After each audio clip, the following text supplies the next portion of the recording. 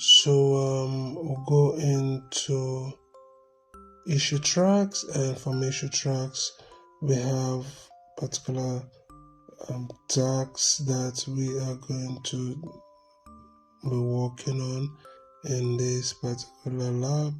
So what we want to do is to go into floor 1 and open issue.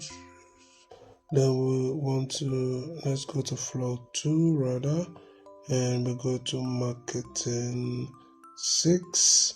We open the PC in marketing 6 and we open files and folders. And here we want to download pictures. Let's look at the layout. Let's go to restore and we'll go to layout this, and we'll go ahead and restore this, and we'll go ahead and replace this particular one. We click OK to authenticate the changes we made, and we'll go ahead and right click on images. From images we want to go to restore previous, and we'll go ahead and select this. We'll go ahead and click restore. We go ahead and check this and we click OK to authenticate the changes we've made. Alright, so let's see, is there any other tasks we need to do? Let's go over to floor 1, IT admin. We want to go ahead and add a comment to this particular ticket and then close the ticket. So here we are going to input the comment telling the user that the issue has been fixed.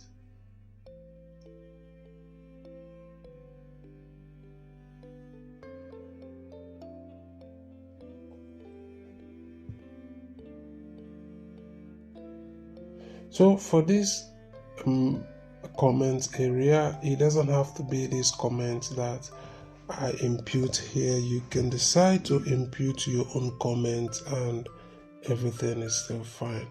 So we'll go ahead and click the plus button and add.